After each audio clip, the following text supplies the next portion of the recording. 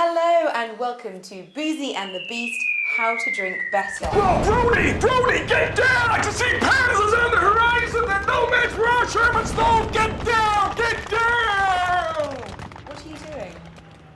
You said we were looking at tank method today? Yes, tank method is a method of fermenting sparkling wine. Oh. I'll go and get changed. It's not the first time he's bombed on stage. What a helmet.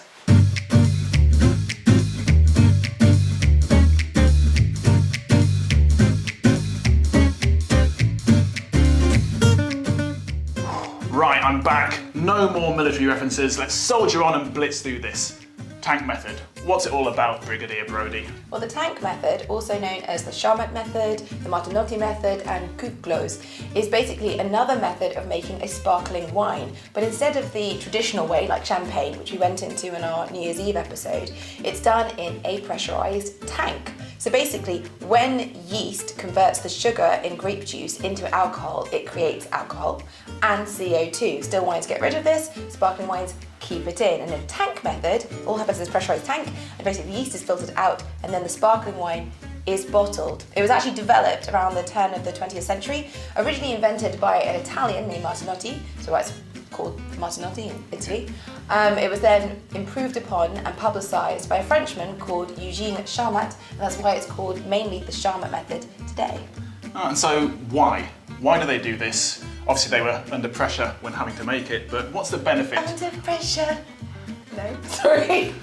Well, it's less expensive and it's also less time consuming. You make a bulk mass of sparkling wine quicker and cheaper, but that's not the only reason.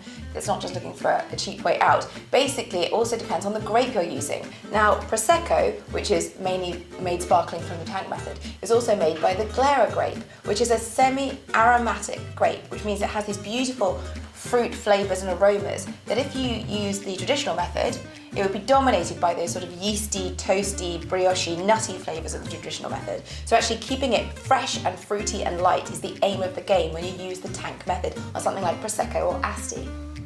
And is that why Prosecco is usually considerably cheaper than champagne or other traditional methods? Yes, it's a less expensive way of developing a sparkling wine. It is not the same as a cheap champagne. It is made in an entirely different way. All sparkling wines start with a still wine, and then the second fermentation is what brings out the sparkling.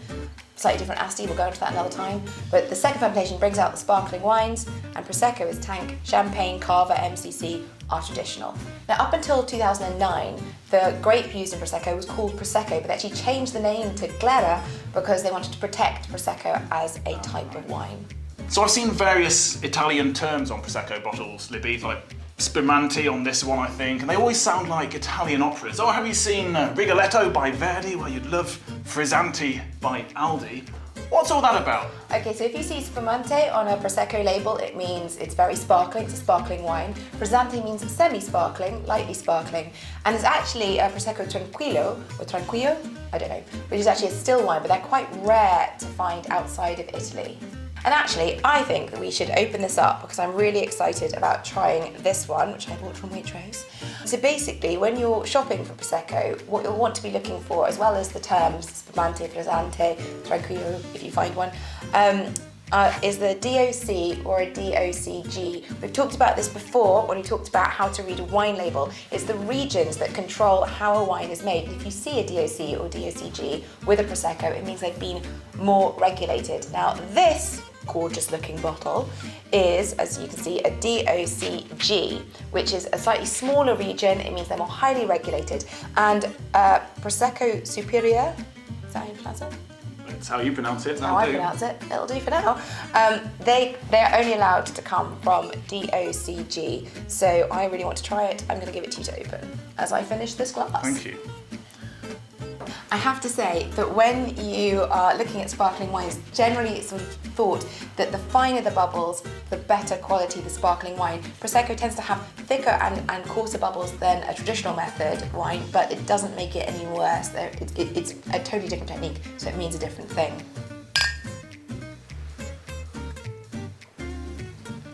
Okay, so what you've got there are really fresh fruit flavours and aromas. You won't ever have any of that yeasty, brioche flavour coming through on a Prosecco.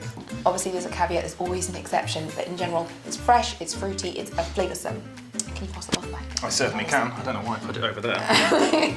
So, another top tip is generally Prosecco, the best region for Prosecco is generally thought to be this one, which I can't pronounce. Valdobbiadene.